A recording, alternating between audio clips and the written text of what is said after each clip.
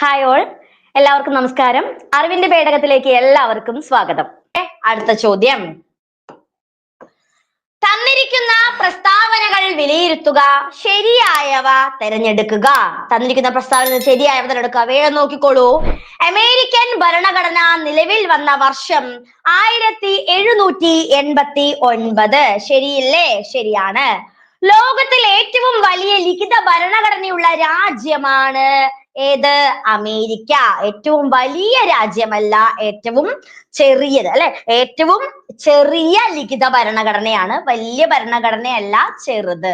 ഏറ്റവും വലുതല്ല, ചെറിയ ലിഖിത ഭരണഘടനയുള്ള രാജ്യമാണ് അമേരിക്ക. അമേരിക്കൻ ഭരണഘടനാ സമ്മേളനം നടന്ന സ്ഥലം ഫിലാഡൽഫിയ ആണ്. ശരിയാണ്. അമേരിക്കൻ ഭരണഘടന തയ്യാറാക്കുന്നതിന് നേതൃത്വം നൽകിയത് ജെയിംസ് മാഡിസൺ ആണ്. അതും ശരിയായ പ്രസ്താവനയാണ്. ഇതിലേതാണ് ശരി ഉത്തരം? 1 ശരിയാണ്, 3 ശരിയാണ്, 4 ശരിയാണ്. നമ്മുടെ ഉത്തരം ഓപ്ഷൻ സി ആണ് അല്ലെ. ആദ്യത്തെ എഴുതപ്പെട്ട ഭരണഘടനയുള്ള രാജ്യമാണ് അമേരിക്ക. ഏറ്റവും വലിയ ലിഖിത ഭരണഘടന നമ്മുടെ ഇന്ത്യയാണ് അല്ലെ. ഏറ്റവും ചെറിയ ലിഖിത ഭരണഘടനയാണ് ഏത്? അമേരിക്കൻ ഭരണഘടന എന്ന് പറയുന്നത്. ഓക്കെ അല്ലേ? അടുത്ത ചോദ്യം, അമേരിക്കൻ സ്വാതന്ത്ര്യ സമരം പിൽക്കാല ലോക ചരിത്രത്തിൽ ചെലുത്തിയ സ്വാധീനങ്ങൾ എന്തെല്ലാമാണ് അല്ലെ? അമേരിക്കൻ സ്വാതന്ത്ര്യ സമരം പിൽക്കാല രാജ്യങ്ങളിൽ അല്ലെങ്കിൽ പിൽക്കാല ലോക ചരിത്രത്തിൽ എന്തെല്ലാം മാറ്റങ്ങൾ വരുത്തി? നോക്കൂ. റിപ്പബ്ലിക്കൻ ആശയം എന്ന രീതി മുന്നോട്ട് വെച്ചു അല്ലെ. റിപ്പബ്ലിക് എന്ന് പറയുന്ന ആശയം അമേരിക്കൻ വിപ്ലവത്തിന്റെ സംഭാവനയാണ്. ശരിയാണ്. ലിഖിത ഭരണഘടനയ്ക്ക് തുടക്കമിട്ടു. അതും ശരിയാണ്. ശരിയല്ലേ? ഫെഡറൽ രാഷ്ട്രം എന്ന് പറയുന്ന ആശയം മുന്നോട്ട് വെച്ചു. ശരിയാണ്. പിൽക്കാല സ്വാതന്ത്ര്യ സമരങ്ങൾക്ക് പ്രചോദനവും ലക്ഷ്യബോധവും നൽകി. ഇതും ശരിയാണ്. എല്ലാ പ്രസ്താവനകളും ശരിയാണ് അല്ലെ. അമേരിക്കൻ സ്വാതന്ത്ര്യ സമരം, റിപ്പബ്ലിക്കൻ എന്ന് പറയുന്ന ആശയം ലോകത്തിന് മാതൃക കാണിച്ചു. ലിഖിത ഭരണഘടനയ്ക്ക് തുടക്കം കുറിച്ചു. അതായത് ലോകത്തിൽ ലിഖിത ഭരണഘടനയുള്ള ഏക രാജ്യം അല്ലെങ്കിൽ ആദ്യത്തെ രാജ്യമാണ് ഏത്? നമ്മുടെ അമേരിക്ക എന്ന് പറയുന്നത്. അത് മാത്രമല്ല, സംസ്ഥാനങ്ങൾക്കും കേന്ദ്രത്തിനും തുല്യ പങ്കാളിത്തമുള്ള ഫെഡറൽ രാഷ്ട്രം എന്ന് പറയുന്ന സിദ്ധാന്തം മുന്നോട്ട് വെച്ചതും അമേരിക്കയാണ്. പിന്നീടുള്ള എല്ലാ സ്വാതന്ത്ര്യ സമരങ്ങൾക്കും കരുത്തും ശക്തിയും പകരാനായിട്ട് ഈ പറയുന്ന അമേരിക്കൻ സ്വാതന്ത്ര്യ സമരത്തിന് സാധിച്ചു എന്നതും വളരെ നിസ്തുലമായ ഒരു കാര്യമാണ്. അമേരിക്കൻ പ്രസിഡന്റുമായി ബന്ധപ്പെട്ട വസ്തുതകൾ വിലയിരുത്തി തെറ്റായവ കണ്ടെത്തുക. അമേരിക്കൻ പ്രസിഡന്റുമായി ബന്ധപ്പെട്ട തെറ്റായ പ്രസ്താവനകൾ നോക്കിക്കോളൂ. അമേരിക്കയുടെ ആദ്യത്തെ പ്രസിഡന്റ് ജോർജ് വാഷിംഗ്ടൺ ആണ്. ശരിയാണോ തെറ്റാണോ? ഏതാണ്? ജോർജ് വാഷിംഗ്ടൺ തന്നെയാണ് അമേരിക്കയുടെ ആദ്യത്തെ പ്രസിഡന്റ്. അമേരിക്കയുടെ ആദ്യത്തെ വൈസ് പ്രസിഡന്റ് ആണ് ജോൺ ആഡംസ്. ജോൺ ആഡംസ് ആണ് അമേരിക്കയുടെ ആദ്യത്തെ വൈസ് പ്രസിഡന്റ്. അതും ശരിയാണ്. അധികാരത്തിലിരിക്കെ വധിക്കപ്പെട്ട അമേരിക്കൻ പ്രസിഡന്റ് ആണ് വില്യം ഹെൻറി ഹാരിസൺ. ശരിയാണോ തെറ്റാണ്? ആരാണ്? എബ്രഹാം ലിങ്കൺ, അതുപോലെ തന്നെ ജെയിംസ് ഹാർഫീൽഡും. ഇവര് രണ്ടുപേരും അധികാരത്തിലിരിക്കെ വധിക്കപ്പെട്ട 2 പ്രസിഡന്റുമാരാണ്. അമേരിക്കയുടെ വൈസ് പ്രസിഡന്റ് ആയ ആദ്യത്തെ ഇന്ത്യൻ വംശജയാണ് കമല ഹാരിസ്. ശരിയായ പ്രസ്താവനയാണ്. നമ്മുടെ ഉത്തരം ഏതാണ്? ഏതാണ് തെറ്റായ പ്രസ്താവന? 3 മാത്രമാണ് തെറ്റായ പ്രസ്താവന. നമ്മുടെ ഉത്തരം ഏതാണ്? ഓപ്ഷൻ സി ആണ്. 3 മാത്രമാണ് തെറ്റായ പ്രസ്താവന. അമേരിക്കയുടെ വൈസ് പ്രസിഡന്റ് ആയ ആദ്യത്തെ ഇന്ത്യൻ വംശജ ആരാണ്? കമല ഹാരിസ് ആണ്. ശരിയാണ്. അടുത്ത ചോദ്യം, തന്നിരിക്കുന്നവയിൽ ലാറ്റിൻ അമേരിക്കൻ വിപ്ലവത്തിന് നേതൃത്വം നൽകിയത് ആരാണ്? താഴെ തന്നിരിക്കുന്നവരിൽ നിന്ന് ലാറ്റിൻ അമേരിക്കൻ വിപ്ലവത്തിന് നേതൃത്വം നൽകിയവര് ആരാണ്? Jose de San Martin, Francisco Miranda, അതുപോലെ തന്നെ സൈമൺ ബൊലീവർ അല്ലെ. ആരാണ് ഇതില് ലാറ്റിൻ അമേരിക്കൻ വിപ്ലവത്തിന് നേതൃത്വം നൽകിയത്? ആരാണ്? ഓപ്ഷൻ ഡി ആണ്. ഇവരെല്ലാവരും Jose de San Martin, Francisco Miranda, Simon Bolivar ഇവരെല്ലാവരും കൂടിയിട്ടാണ് ലാറ്റിൻ അമേരിക്കൻ വിപ്ലവത്തിന് നേതൃത്വം കൊടുത്തത് അല്ലെ. ഇവരെല്ലാവരും ഈ പറയുന്ന ലാറ്റിൻ അമേരിക്കൻ രാജ്യങ്ങളുടെ അല്ലെങ്കിൽ ലാറ്റിൻ അമേരിക്കൻ വിപ്ലവത്തിന്റെ വക്താക്കൾ എന്നാണ് ഇവർ 3 പേരും അറിയപ്പെടുന്നത്. ലാറ്റിൻ അമേരിക്കൻ രാജ്യങ്ങളുടെ സംരക്ഷകൻ എന്നറിയപ്പെടുന്നത് ഇതില് ഫ്രാൻസിസ്കോ മിറാഡ ആണ്. ഓക്കെ അല്ലേ? അടുത്ത ചോദ്യം, ഭക്ഷണത്തിൽ കൊഴുപ്പ് കൂടിയാൽ ഉണ്ടാകുന്ന പ്രശ്നങ്ങളിൽ ശരിയായവ വിലയിരുത്തുക. അല്ലെ, നമ്മൾ നമ്മുടെ ടോപ്പിക്കിലെ അടുത്ത പാർട്ടിലേക്ക് കടന്നിരിക്കുകയാണ്. നമ്മുടെ ഭക്ഷണത്തിൽ കൊഴുപ്പ് കൂടിയാൽ ഉണ്ടാകുന്ന പ്രശ്നം നോക്കൂ, ധമനിയുടെ ഉൾവ്യാസം കൂടുന്നു. ശരിയല്ലേ? ശരിയാണ്. രക്തക്കുഴലുകളുടെ ഇലാസ്തികത നഷ്ടപ്പെടും. അതും ശരിയായ പ്രസ്താവനയാണ്. രക്തക്കുഴലുകൾ പൊട്ടാനുള്ള സാധ്യത വരെ കൂടും. ഹൃദയാഘാതത്തിന് കാരണമാകുന്നു. ശരിയല്ലേ? ശരിയാണ്. അതായത് ഭക്ഷണത്തിൽ കൊഴുപ്പ് കൂടുക വഴി നമ്മുടെ ശരീരത്തിൽ ഉണ്ടാകുന്ന പ്രധാനപ്പെട്ട മാറ്റങ്ങളാണ് അല്ലെങ്കിൽ പ്രശ്നങ്ങളാണ് ഇവയെല്ലാം. ധമനിയുടെ ഉൾവ്യാസം കുറയുന്നു, രക്തക്കുഴലുകൾ ഇലാസ്തികത കുറഞ്ഞു പൊട്ടുന്നു, ഹൃദയാഘാതത്തിന് കാരണമാകുന്നു. ഇവയെല്ലാം എന്താണ്? ശരിയാണ്. ശരിയായ പ്രസ്താവനയാണ്. അടുത്ത ചോദ്യം, ലോക ആരോഗ്യ ദിനമായി ആചരിക്കുന്നത് എപ്പോൾ ആണ്? ലോക ആരോഗ്യ ദിനം എപ്പോഴാണ്? ഏപ്രിൽ 7 ആണോ, 17 ആണോ, 11 ആണോ, 25 ആണോ? ഏതാണ് ശരി ഉത്തരം? ലോക ആരോഗ്യ ദിനം അല്ലെ? ഏതാണ്? ഓപ്ഷൻ എ ആണ് നമ്മുടെ ശരി ഉത്തരം. ഏപ്രിൽ 7 ആണ് ലോക ആരോഗ്യ ദിനം. ഏപ്രിൽ 17ന്റെ പ്രത്യേകത എന്താണ്? ഏപ്രിൽ 17 ഹീമോഫീലിയ ദിനമാണ് ഏപ്രിൽ 17. ഏപ്രിൽ 11 പാർക്കിൻസൺസ് ദിനമാണ്. പാർക്കിൻസൺസ് ദിനം ഏപ്രിൽ 11 പാർക്കിൻസൺസ് ദിനമാണ്. അതുപോലെ ഏപ്രിൽ 25ന്റെ പ്രത്യേകത എന്താണ്? ഏപ്രിൽ 25 മലേറിയ ദിനം. ഏപ്രിൽ 25 മലേറിയ ദിനം അല്ലെ? എന്റെ ആരോഗ്യം എന്റെ അവകാശം എന്നാണ് 2024 നമ്മുടെ ഏപ്രിൽ 17 ആരോഗ്യ ദിനത്തിന്റെ പ്രധാനപ്പെട്ട സന്ദേശം അല്ലെങ്കിൽ തീം എന്ന് പറയുന്നത്. ഓക്കെ ആണോ?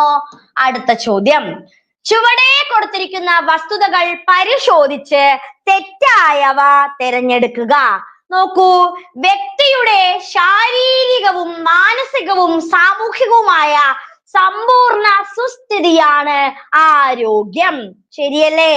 WTOന്റെ നിർവചനം അനുസരിച്ചിട്ട് ഒരു വ്യക്തി ഫിസിക്കലി മെന്റലിയും ഫിറ്റ് ആയിരിക്കുന്നു, വെൽ ബീയിങ് ആയിരിക്കുന്ന അവസ്ഥയാണ് ഹെൽത്ത് എന്ന് പറയുന്നത് എന്നാണ് നമ്മുടെ WHO പറയുന്നത് അല്ലെ? WHO world health organisation. ഒരു ഗ്രാമപ്രദേശത്തെ ജനങ്ങൾക്ക് ആവശ്യമായ ആരോഗ്യ സേവനങ്ങൾ നൽകുന്ന കേന്ദ്രമാണ് പ്രാഥമിക ആരോഗ്യ കേന്ദ്രങ്ങൾ. ശരിയല്ലേ? ശരിയാണ്. ഒരു ഗ്രാമത്തിലെ മാത്രം അവിടെയുള്ള ആൾക്കാർക്ക് പെട്ടെന്ന് എത്താൻ പറ്റുന്ന അല്ലെങ്കിൽ അവർക്കുള്ള ആരോഗ്യ സേവനങ്ങൾ നൽകുന്ന കേന്ദ്രങ്ങളെയാണ് ആരോഗ്യ കേന്ദ്രങ്ങൾ എന്ന് പറയുക. ഗ്രാമീണ മേഖലകളിൽ ആരോഗ്യ സേവനങ്ങൾ മെച്ചപ്പെടുത്താനുള്ള സർക്കാർ പദ്ധതിയാണ് ദേശീയ ഗ്രാമീണ ആരോഗ്യ മിഷൻ. NRHM എന്ന് കേട്ടിട്ടുണ്ടോ? അതാണ് ശരിയായ ഉത്തരമാണ് അല്ലെ? ഗ്രാമീണ മേഖലകളില് ആരോഗ്യ സേവനങ്ങൾ മെച്ചപ്പെടുത്താനുള്ള കേന്ദ്ര സർക്കാരിന്റെ പദ്ധതിയാണ് NRHM അല്ലെ? ശരിയാണ്. NRHM പദ്ധതി നടപ്പിലാക്കാൻ ശ്രമിച്ചിട്ടുള്ള അംഗീകൃത സാമൂഹിക പ്രവർത്തകരാണ് അംഗൻവാടി വർക്കേഴ്സ്. ആണോ? അല്ല. ആശാ വർക്കേഴ്സ് എന്ന് കേട്ടിട്ടുണ്ടോ? അംഗൻവാടി വർക്കേഴ്സ് അല്ല, ആശാ വർക്കർമാരാണ് ഈ പറയുന്ന NRHM പദ്ധതി നടപ്പിലാക്കാനായിട്ട് ശ്രമിക്കുന്ന പ്രധാനപ്പെട്ട ആളുകൾ അല്ലെങ്കിൽ അതിന്റെ പ്രവർത്തനത്തിന് വേണ്ടി നിയോഗിച്ചിട്ടുള്ള വ്യക്തികൾ ആശാ പ്രവർത്തകരാണ്. അപ്പൊ ഇതുമായി ബന്ധപ്പെട്ട തെറ്റായ പ്രസ്താവന ഏതാണ്? 4 മാത്രമാണ് തെറ്റായ പ്രസ്താവന. നമ്മുടെ ഉത്തരം ഓപ്ഷൻ ഡി ആണ്, 4 മാത്രം അല്ലെ. അതായത് പ്രാഥമിക ആരോഗ്യ കേന്ദ്രങ്ങളാണ് ഗ്രാമീണ മേഖലയിലെ ആരോഗ്യം മെച്ചപ്പെടുത്താൻ വേണ്ടി പ്രവർത്തിക്കുന്നത്. അപ്പൊ ഇത് NRHM-ന്റെ കീഴിലാണ്. ഇത് നടപ്പിലാക്കാൻ നിർവഹിച്ചിട്ടുള്ള അല്ലെങ്കിൽ ഇത് നടപ്പിലാക്കാനുള്ള ചുമതല ആശാ വർക്കർമാർക്ക് ആയിരിക്കും. അടുത്ത ചോദ്യം, കേരളത്തിലെ പ്രധാനപ്പെട്ട ആരോഗ്യ കേന്ദ്രങ്ങളുമായി ബന്ധപ്പെട്ട ശരിയായ വസ്തുത വിലയിരുത്തുക. നോക്കൂ, കേരളത്തിലെ ആദ്യത്തെ മാനസിക ആരോഗ്യ ആയുർവേദ ആശുപത്രി സ്ഥാപിതമായത് തിരുവനന്തപുരത്താണ്. ശരിയാണോ തെറ്റാണോ? തെറ്റാണോ? ശരിയാണോ? കേരളത്തിലെ ആദ്യത്തെ മാനസിക ആരോഗ്യ ആയുർവേദ ആശുപത്രി സ്ഥാപിച്ചത് തിരുവനന്തപുരത്ത് അല്ല. എവിടെയാണ്? അത് മലപ്പുറത്താണ് അല്ലെ. മലപ്പുറത്താണ്. കോട്ടക്കൽ എന്ന് പറയുന്ന സ്ഥലത്താണ്, മലപ്പുറത്താണ്. കേരളത്തിൽ വൈറോളജി ഇൻസ്റ്റിറ്റ്യൂട്ട് സ്ഥിതി ചെയ്യുന്നത് ആലപ്പുഴയിലാണ്. അത് ശരിയാണ്. കേരളത്തിലെ ആദ്യത്തെ medical college Kozhikode medical college അല്ല, അതും തെറ്റാണ്. തിരുവനന്തപുരം മെഡിക്കൽ കോളേജ് ആണ് അല്ലെ. കേരളത്തിലെ ആദ്യത്തെ മെഡിക്കൽ കോളേജ് എവിടെയാണ്? അത് തിരുവനന്തപുരത്ത് ആണ്. ഓക്കെ അല്ലേ? അപ്പൊ ഇതിലെ ശരിയായ വസ്തുത ഏത് മാത്രമാണ്? 2 മാത്രമാണ് ശരിയായ ഉത്തരം. നമ്മുടെ ഉത്തരം ഓപ്ഷൻ ബി ആണ് ശരി അല്ലെ. കേരളത്തിലെ ആദ്യത്തെ മാനസികാരോഗ്യ ആയുർവേദ ആശുപത്രി എവിടെയാണ്? മലപ്പുറത്തെ കോട്ടക്കലിലാണ്. Virology institute ആലപ്പുഴയിലാണ്. അത് ശരിയാണ്. കേരളത്തിലെ ആദ്യത്തെ മെഡിക്കൽ കോളേജ് തിരുവനന്തപുരത്താണ്. എവിടെയല്ല? കോഴിക്കോട് അല്ല. ഓക്കെ ആണോ? അടുത്ത ചോദ്യം, ലോക ആരോഗ്യ സംഘടനയുമായി ബന്ധപ്പെട്ട ശരിയായ പ്രസ്താവനകൾ വിലയിരുത്തുക. WHO-യുമായി ബന്ധപ്പെട്ട കുറച്ച് പ്രസ്താവനകൾ കൊടുത്തിട്ടുണ്ട്. ശരിയായവ വിലയിരുത്തുക. നോക്കൂ, ലോകത്തിലെ ഏറ്റവും വലിയ ആരോഗ്യ സംഘടനയാണ്. ശരിയോ തെറ്റോ? ശരിയാണോ? ലോകത്തിലെ ഏറ്റവും വലിയ ആരോഗ്യ സംഘടന ശരിയാണോ? ക്വസ്റ്റ്യനിൽ ചെറിയൊരു തിരുത്തുണ്ട്. മായി ബന്ധപ്പെട്ട ശരിയായ എന്നല്ല, തെറ്റായ പ്രസ്താവനകളാണ് കണ്ടുപിടിക്കേണ്ടത്. തെറ്റായ പ്രസ്താവനകളാണ്. ലോകത്തിലെ ഏറ്റവും വലിയ ആരോഗ്യ സംഘടന ശരിയാണ്. ആരോഗ്യത്തിന് കൃത്യമായ നിർവചനം നൽകി. നമ്മള് കുറച്ച് മുൻപ് പറഞ്ഞ പോലെ ഒരു വ്യക്തി ശാരീരികമായും മാനസികമായിട്ടും പൂർണ്ണമായിട്ടും എന്താ പറയാ സമസ്ഥിതിയിൽ നിൽക്കുന്ന ഒരു അവസ്ഥയാണ് ആരോഗ്യം എന്ന് പറഞ്ഞില്ലേ. ആ ഒരു വിഖ്യാതമായിട്ടുള്ള നിർവചനം നൽകിയത് WHO ആണ് അല്ലെ. അതായത് ഒരു വ്യക്തി ഫിസിക്കലി മെന്റലിയും ഫിറ്റ് ആണ് അല്ലെങ്കിൽ വെൽ ബീയിങ് ആയിരിക്കുമ്പോഴാണ് ഹെൽത്തി ആണ് എന്ന് പറയുന്നത്. 1945 ഏപ്രിൽ 7-നാണ് ഇത് രൂപം കൊണ്ടത്. 45-നല്ല, 1948-ലാണ് ഇത് രൂപം കൊണ്ടത്. ഇതിന്റെ ആസ്ഥാനം എവിടെയാണ്? ബ്രസൽസ് എന്നാണ് കൊടുത്തിരിക്കുന്നത്. ബ്രസൽസ് അല്ല, ജനീവയാണ് ഇതിന്റെ ആസ്ഥാനം. എവിടെയാണ്? ജനീവയാണ് ഇതിന്റെ ആസ്ഥാനം. അപ്പോ ലോക ആരോഗ്യ സംഘടനയുമായി തെറ്റായ പ്രസ്താവനകൾ ഏത് മാത്രമാണ്? 3ഉം 4ഉം മാത്രമാണ്. നമ്മുടെ ഉത്തരം ഓപ്ഷൻ ഡി ആണ്. 3ഉം 4ഉം മാത്രം. ഓക്കെ അല്ലേ? അടുത്ത ചോദ്യം, ദേശീയ തലത്തിലെ പ്രധാന ആരോഗ്യ സ്ഥാപനങ്ങളും അവയുടെ ആസ്ഥാനങ്ങളുമാണ് ചുവടെ കൊടുത്തിരിക്കുന്നത്. അവയിൽ നിന്ന് ശരിയായ ജോഡി തിരഞ്ഞെടുക്കുക അല്ലെ. എന്താണ് കൊടുത്തിരിക്കുന്നത്? ദേശീയ തലത്തിൽ പ്രവർത്തിക്കുന്ന പ്രധാനപ്പെട്ട ആരോഗ്യ സ്ഥാപനങ്ങളും അവയുടെ ജോഡിയും. അതിൽ നിന്ന് ശരിയായവ കണ്ടുപിടിക്കുക. ഇന്ത്യയിലെ അസ്ഥി ബാങ്ക് എവിടെയാണ്? ചെന്നൈയിലാണ്. ശരിയാണ്. ഇന്ത്യയിലെ പെൻസുലിൻ നിർമ്മാണശാലയാണ് കൂനൂർ. ശരിയാണോ? ഇന്ത്യയിലെ പെൻസുലിൻ നിർമ്മാണശാല പിംപ്രി മഹാരാഷ്ട്രയിലാണ്. പിംപ്രിയിലാണ് സ്ഥിതി ചെയ്യുന്നത്. തെറ്റാണ്. ഹാക്കിൻ ഇൻസ്റ്റിറ്റ്യൂട്ട് സ്ഥിതി ചെയ്യുന്നത് പിംപ്രി ആണ്. അതും തെറ്റാണ്. മുംബൈയിലാണ് ഹാക്കിൻ ഇൻസ്റ്റിറ്റ്യൂട്ട് സ്ഥിതി ചെയ്യുന്നത് അല്ലെ. എവിടെയാണ്? മുംബൈയിൽ ആണ്. Central food technological research institute മൈസൂരിലാണ് സ്ഥിതി ചെയ്യുന്നത്. അത് ശരിയാണ്. അപ്പൊ ഈ കൊടുത്തിരിക്കുന്നതിൽ ഏതാണ് ശരിയായ ജോഡി? ഏത് മാത്രാണ്? 1ഉം 4ഉം മാത്രമാണ്. നമ്മുടെ ഉത്തരം ഏതാണ്? ഓപ്ഷൻ ഡി ആണ് ശരിയായത് അല്ലെ. ഇന്ത്യയിലെ ആദ്യത്തെ അസ്ഥി ബാങ്ക് ചെന്നൈ, ശരിയാണ്. ഇന്ത്യയിലെ ആദ്യത്തെ പെൻസിൽ നിർമ്മാണശാല കൂനൂരല്ല, എവിടെയാണ്? പിംപ്രിയാണ്, മഹാരാഷ്ട്രയിലെ പിംപ്രിയാണ്. ഹാഫ്കിൻ ഇൻസ്റ്റിറ്റ്യൂട്ട് പിംപ്രിയിലല്ല, മുംബൈയിലാണ്. Central food technological research institute ചെയ്യുന്നത് മൈസൂരില് ആണ്. ഓക്കെ ആണല്ലോ. അപ്പോൾ നമ്മൾ നമ്മുടെ മാത്സ് പാർട്ടിലോട്ട് എത്തി. നമ്മൾ ഇന്ന് മാത്സ് പഠിക്കുന്നത് അംശബന്ധവും അനുപാതവും എന്നുള്ളൊരു ടോപ്പിക് ആണ്. ഒരു സ്കൂളിൽ 120 ആൺകുട്ടികളും 140 പെൺകുട്ടികളും ഉണ്ട്. ആൺകുട്ടികളുടെയും പെൺകുട്ടികളുടെയും എണ്ണം തമ്മിലുള്ള അംശബന്ധമാണ് നമ്മളോട് കണ്ടുപിടിക്കാൻ വന്നിരിക്കുന്നത്. അപ്പൊ ഒരു സ്കൂളില് ആൺകുട്ടികൾ, ബോയ്സ്, ഗേൾസ് ഉണ്ട് അല്ലെ. ആൺകുട്ടികൾ എത്രയാണ്? 120 ആൺകുട്ടികളുമുണ്ട്, 140 പെൺകുട്ടികളും ഉണ്ട് അല്ലേ. അപ്പൊ ഇവർ തമ്മിലുള്ള അംശബന്ധം നമുക്ക് വളരെ സിമ്പിൾ ആയിട്ട് കണ്ടുപിടിക്കാൻ പറ്റും അല്ലെ. നമ്മൾ ഇതിനെ 0 കട്ട് ചെയ്തു, 12ഉം അതുപോലെ തന്നെ ബാക്കി അപ്പൊ എത്രയും കിട്ടി? 14ഉം കിട്ടി. അപ്പൊ നമുക്ക് സിമ്പിൾ ആയിട്ട് എന്ത് ചെയ്യാം? ഈ രണ്ട് സംഖ്യകളെയും ചെറുതാക്കാം അല്ലെ. 6, ഇത് 7. അപ്പൊ ഏതാണ് നമ്മുടെ ശരി ഉത്തരം? 6:7, 6:7. ഓപ്ഷൻ ബി ആണ് ശരിയായിട്ടുള്ള ഉത്തരം. ഓക്കെ അല്ലേ. അടുത്ത ചോദ്യം, ദോശയുണ്ടാക്കാൻ 6 കിണ്ണം അരിക്ക് 2 കിണ്ണം ഉഴുന്ന് വേണം. അതാണ് കണക്ക്. 9 കിണ്ണം അരി എടുത്താൽ എത്ര കിണ്ണം ഉഴുന്നാണ് എടുക്കേണ്ടത് അല്ലെ. ദോശ ഉണ്ടാക്കാനായിട്ട് നമ്മള് അരിയും ഉഴുന്നും എടുക്കുന്ന അനുപാതം 6 കിണ്ണം അരിക്ക് 2 കിണ്ണം ഉഴുന്ന്. ഇനി 9 കിണ്ണം അരി എടുത്താൽ എത്ര കിണ്ണം ഉഴുന്ന് വേണം എന്നാണ് കണ്ടുപിടിക്കേണ്ടത് അല്ലെ. നമുക്ക് ഇതിന് ചെറുതായിട്ടൊരു, ഇവിടെ എനിക്ക് പ്രോബ്ലം ചെയ്യാൻ സ്പേസ് അത്രയില്ല, എന്നാലും ഞാൻ ചെറിയൊരു ഇക്വേഷൻ പറഞ്ഞുതരാം. A:B = C:D എന്നാണ് അല്ലെ. അപ്പൊ അങ്ങനെയെങ്കിൽ A/B = C/D എന്ന് നമുക്ക് കിട്ടും. അപ്പൊ A/B ഇതിൽ എത്രയാണ്? 6/2 C/D എത്രയുണ്ട്? 9/X ആണ്. ഇവിടെ ഒന്നും ഇല്ലാത്തതുകൊണ്ട് നമ്മൾ x കൊടുത്തു അല്ലെ. അപ്പൊ നമുക്ക് എന്ത് ചെയ്യാൻ പറ്റും? 6x എന്നാക്കാം അല്ലെ, 6x. അപ്പോ 6x എന്ത് ചെയ്യാൻ പറ്റും? 6x കണ്ടുപിടിക്കാനായിട്ട് 9 ഇൻറ്റു എത്ര ചെയ്യണം? 2 അല്ലെ. 9 ഇൻറ്റു 2 ഡിവൈഡഡ് ബൈ എന്ത് ചെയ്താൽ മതി? അപ്പൊ നമുക്ക് 6x = 9 ഇൻറ്റു 2 കിട്ടി. ഇനി x കണ്ടുപിടിക്കാനോ? 9 ഇൻറ്റു 2 ഡിവൈഡഡ് ബൈ 6 ചെയ്യുക. 9 2 18, 6 ചെയ്യുമ്പോ 3, 3 6 18. 3 ഓപ്ഷനിലുണ്ടോ?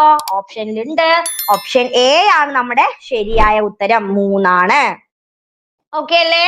അടുത്ത ചോദ്യം, സോറി ട്ടോ, സ്പേസ് ഇവിടെ ഒത്തിരി മറന്നു പോയതാണ് എന്ന് ക്ഷമിക്കണേ. അടുത്തത് അടുത്ത ചോദ്യം, സുഹറയും സീതയും ചേർന്ന് ഒരു കച്ചവടം തുടങ്ങി. സുഹറ 40,000 രൂപയും സീത 30,000 രൂപയും മുടക്കി. ലാഭമായിട്ട് 7,000 രൂപയാണ് അവർക്ക് ലഭിച്ചത്. മുടക്കുമുതലിന്റെ അംശബന്ധത്തിൽ വീതിച്ചു അവർ ഈ തുക രണ്ടുപേരും കൂടി. സീതയ്ക്കും അതുപോലെ തന്നെ സുഹറയ്ക്കും എത്ര രൂപ വീതമാണ് കിട്ടിയത് അല്ലെ. അതായത് സുഹറയും സീതയും ചേർന്ന് ഒരു കച്ചവടം തുടങ്ങി. ഒരാള് സുഹറ 40,000 രൂപ മുടക്കി, അതുപോലെ സീത 30,000 രൂപയാണ് മുടക്കിയത്. ലാഭം അവർക്ക് വെറും 7,000 രൂപ ലഭിച്ചു. അത് മുടക്കുമുതലിന്റെ അംശബന്ധത്തിൽ അവര് വീതിക്കുകയാണ്. അങ്ങനെയാണെങ്കിൽ അവർക്ക് എത്ര രൂപയാണ് ലാഭം കിട്ടുക അല്ലെ. അപ്പോ സുഹറ എത്ര രൂപയാണ്? 40,000 രൂപ മുടക്കി. സീത എത്ര രൂപ മുടക്കി? 30,000. അപ്പൊ ഇവർ തമ്മിലുള്ള അംശബന്ധം എത്രയാണ്? 4:3 ആണ് അല്ലേ. 4:3 ആണ് ഉത്തരമായിട്ട് കിട്ടിയത്. ശരിയല്ലേ. അങ്ങനെയെങ്കിൽ സുഹറയ്ക്ക് കിട്ടിയ വിഹിതം നമ്മൾ എങ്ങനെ കണ്ടുപിടിക്കും? അതായത് മൊത്തം അംശബന്ധം എന്ന് പറയുന്നത് 4 + 3 7 ആണ് അല്ലെ. അപ്പൊ 7ൽ 4 ഭാഗം കാണുക. സുഹറയ്ക്ക് കിട്ടിയത് കാണും, 4,000 രൂപ കിട്ടി. സീതയ്ക്ക് കിട്ടിയത് എന്താണ്? 7 ഡിവൈഡഡ് ബൈ 3 ഇൻറ്റു 7,000 രൂപ ചെയ്യുമ്പോൾ 3,000 രൂപ കിട്ടും. ഏതാണ് നമ്മുടെ ശരി ഉത്തരം? ഓപ്ഷൻ എ ആണ്. അടുത്ത ചോദ്യം, ഒരു മട്ടത്രികോണത്തിലെ മട്ടമല്ലാത്ത കോണുകൾ 1:4 എന്ന് പറയുന്ന അംശബന്ധത്തിലാണ് എന്നുണ്ടെങ്കിൽ ഇതിലെ ചെറിയ കോണ് എത്രയായിരിക്കും അല്ലെ. ഒരു മട്ടത്രികോണം എന്ന് പറഞ്ഞാൽ അതിലെ കോണുകൾ എത്ര ഡിഗ്രി ആയിരിക്കും? 90 ഡിഗ്രി മട്ടത്രികോണമാണ് അല്ലെ. അപ്പൊ അതില് മട്ടമല്ലാത്ത കോണുകൾ നമ്മൾ എങ്ങനെയാ കണ്ടുപിടിക്കുക? അപ്പോ മട്ടത്രികോണത്തിലെ എത്ര കോണുകൾ ഉണ്ട്? മട്ടത്രികോണത്തിലെ മട്ടമല്ലാത്ത കോണുകൾ, അതായത് ആ കോണ് 1:4 എന്ന് പറയുന്ന അംശബന്ധമാണ് നമുക്ക് തന്നിട്ടുണ്ട്. 1:4 എന്ന് പറയുന്ന അംശബന്ധമാണ്. അപ്പൊ നമുക്ക് എന്ത് മനസ്സിലാക്കാം? 1x + 4x സമമാണ് നമുക്ക് എന്ത് കിട്ടുന്നത്? ഈ 90 ഡിഗ്രി എന്ന് പറയുന്ന മട്ടത്രികോണം കിട്ടുന്നത്, മട്ടകോണ് കിട്ടുന്നത് അല്ലെ? അപ്പൊ അങ്ങനെയാണെങ്കിൽ 1 + 4x, അതായത് ഈ അംശബന്ധത്തിനെയാണ് നമ്മളിവിടെ പ്രോബ്ലം ചെയ്തത്. അതായത് ഒരു മട്ടത്രികോണത്തിലെ മട്ടമല്ലാത്ത കോണുകൾ 1:4 എന്ന അംശബന്ധമല്ലേ? അപ്പൊ 1x + 4x = 90 എന്ന് കിട്ടി. 1x 4x 5x = എത്രയാണ്? 90 അല്ലെ? അങ്ങനെയെങ്കിൽ x = 90 / 5. എത്രയാണ് ഉത്തരം കിട്ടുന്നത്? വളരെ സിമ്പിൾ ആയിട്ട് നമുക്ക് ഉത്തരം കിട്ടി 18. ഓപ്ഷനിലുണ്ടോ? ഓപ്ഷനിലുണ്ട്. ഓപ്ഷൻ ബി ആണ് നമ്മുടെ ശരി ഉത്തരം, 18 ഡിഗ്രി. അടുത്ത ചോദ്യം, in many countries it is dash legal to keep a gun in your house. അല്ലെ? അടുത്ത ചോദ്യം prefixും suffixുമായി ബന്ധപ്പെട്ടൊരു ചോദ്യമാണ്. In many countries it is dash legal to keep a gun in your house. ചോദ്യത്തിന്റെ അർത്ഥം മനസ്സിലായല്ലോ? പല രാജ്യങ്ങളിലും ഡാഷ്, അതായത് ഒരു ഗണ്ണ് അല്ലെങ്കിൽ തോക്കുകൾ കൈവശം വെക്കാനുള്ളത് ഡാഷ് ലീഗൽ ആണ്. ഇതുമായി ബന്ധപ്പെട്ട, ലീഗലുമായി ബന്ധപ്പെട്ട പ്രിഫിക്സ് ഏതാണ്? പ്രിഫിക്സ് എന്ന് പറഞ്ഞാൽ എന്താണ്? അതായത് ഒരു വാക്യത്തിന്റെ മുൻപിൽ ബിഫോർ പാർട്ടിൽ ചേർക്കേണ്ട ഭാഗമാണ് പ്രിഫിക്സ് എന്ന് പറയുന്നത്. സഫിക്സ് എന്ന് പറഞ്ഞാൽ ആ വാക്കിന്റെ അവസാനം ചേർക്കേണ്ട ഭാഗമാണ് സഫിക്സ് അല്ലെ? അപ്പൊ ഇവിടെ ഏതാണ് ചേർക്കേണ്ടത്? ലീഗലിനെ പറ്റിയ പ്രിഫിക്സ് ഏതാണ്? ഇല്ലീഗൽ. അപ്പൊ ഏതാണ് അതിൽ ശരിയായ ഉത്തരം? ഓപ്ഷൻ ഡി ആണ്, ഇല്ലീഗൽ ആണ്. അപ്പോഴാണ് ആ സെന്റൻസ് പൂർണ്ണമാവുക അല്ലെ? ഓപ്ഷൻ ഡി ആണ് ശരിയായ ഉത്തരം. Which prefix can be used to form the opposite of the word gratitude? Gratitude-ന്റെ which prefix can be used to form the opposite of the word gratitude?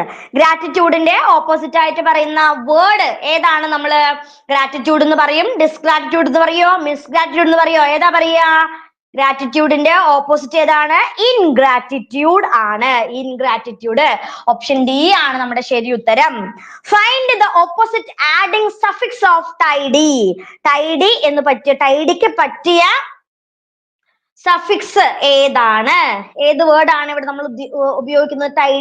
ടൈഡിക്ക് പറ്റിയ, ടൈഡിയുടെ opposite adding ആയിട്ടുള്ള suffix ഏതാണ്? Tidy എന്നുള്ളതിന് നമ്മൾ എന്ത് പറയും? ഡിസ്റ്റൈഡി എന്ന് പറയില്ല, അൺടൈഡി എന്ന് മിസ്റ്റൈഡി, അതുപോലെ തന്നെ ഇൻടൈഡി. ഏതാണ് ശരിയായിട്ടുള്ള ഉത്തരം? അൺടൈഡി ആണ് ശരിയായ ഉത്തരം. ഓക്കെ, നന്ദി, നമസ്കാരം, താങ്ക് യു.